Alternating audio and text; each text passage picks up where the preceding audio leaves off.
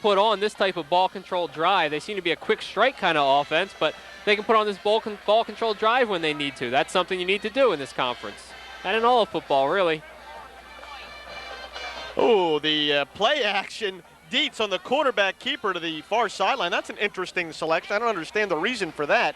Just hand it off to DeSandro. The game's over. Yeah, I don't think that was ever designed to throw the ball. I think the play action was just to allow Dietz some room to get to the outside.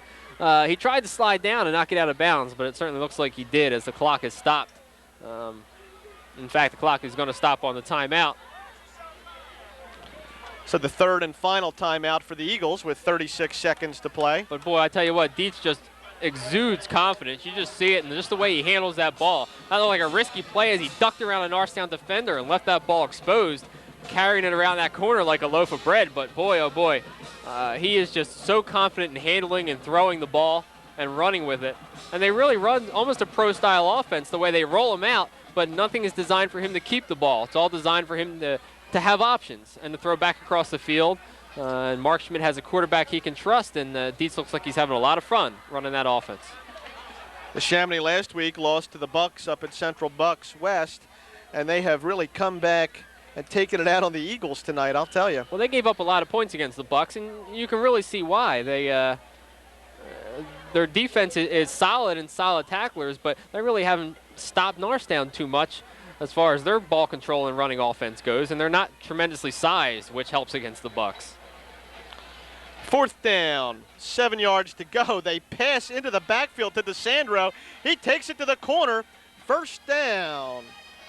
Well, that's an interesting play call. I don't know why you would do that with a 10-point lead. But that's like a handoff. That's just a little dump out there, and there's nobody within 5 yards of him when he's receiving the ball. So that's a safe play. And again, you need to have the confidence to be able to do that. Obviously, any pass at any time is going to be more risky than a handoff. But Neshamity sees that almost like a handoff. It's just another way to diversify their offense, and that's what makes them so effective.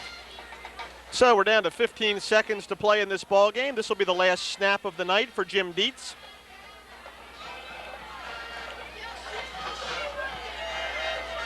Takes his time, goes down on one knee.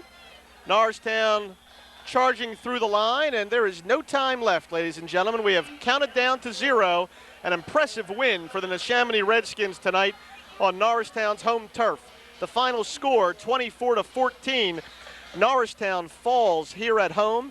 Walt and I will be back in just one moment to recap this ball game for you.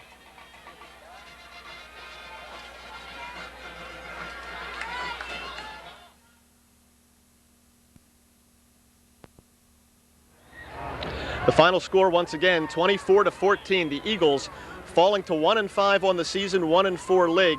The Neshamity Redskins, an impressive performance tonight. And Walt, I asked you at the beginning of the second half what the positives were for Norristown, and you said time of possession, ball control. It still held true for the end of the game until that final drive by Neshamity, but boy, the Eagles came up short where it really counted on the scoreboard tonight. Right, Norristown still had the advantage in the time of possession, but that last Neshamity drive really put it away. But Norristown gave it back to him on that punt, and it's a matter of converting big first down, something that Norristown has begun to do a little more as the season has moved on, but not quite enough, and they're putting themselves in a lot of third down situations, and teams are keying off of that. The offensive key tonight for the Redskins, certainly senior quarterback Jim Dietz, a stellar job. That young man, as you said several times tonight, shows poise and confidence out on the field, and he really ran that game plan tonight to a T. Oh, yeah, absolutely. They've put in a pretty complex game plan, particularly for this high school level of football, but it's really an offense that Jim Dietz is very comfortable with and runs very well. Dietz on the night was 12 for 18, 187 yards. Those are just phenomenal numbers, but with their running game, even though DeSandro's a horse, it's numbers that they need to put up to win in this conference. He had 1 TD, 1 interception. The interception really didn't cost him too much. So even when he makes his mistakes, he makes them in good situations, but he's throwing out of the pocket, he's on the roll. He really does it all well and handles the ball extremely well, certainly their leader.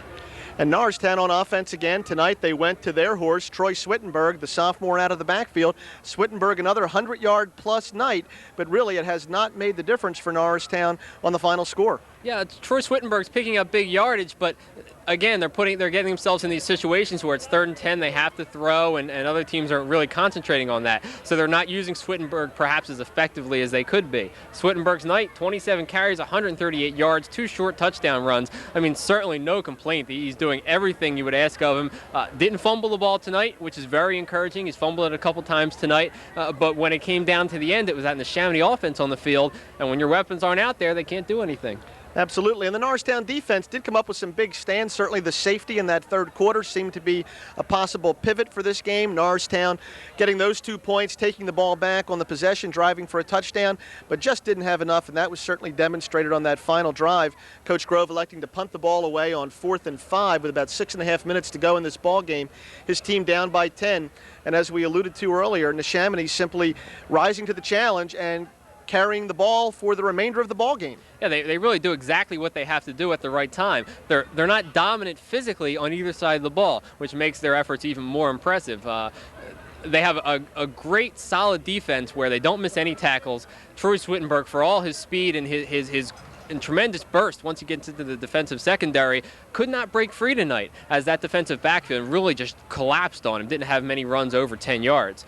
So it's a matter of learning for Norristown. I think they just ran into a team that was probably equally as talented, maybe had a little better game plan, and much more experience tonight than the Neshamity Redskins.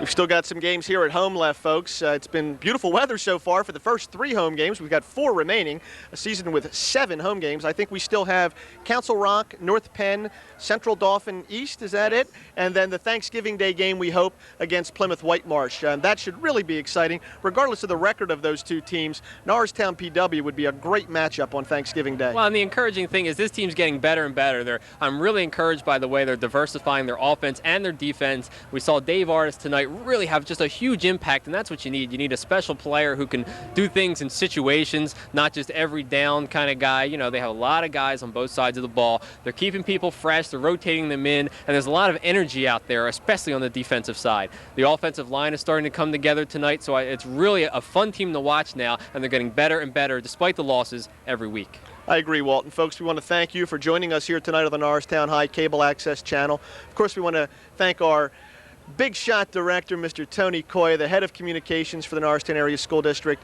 The program director tonight, Mr. Garrett Hickman, assisted by Jim Serator and Azad Shirozian, the camera folks, and of course our statistician, Greg Fry. With Walt Fry, I'm Jeff Brandon. Thanks for joining us. We'll see you here again.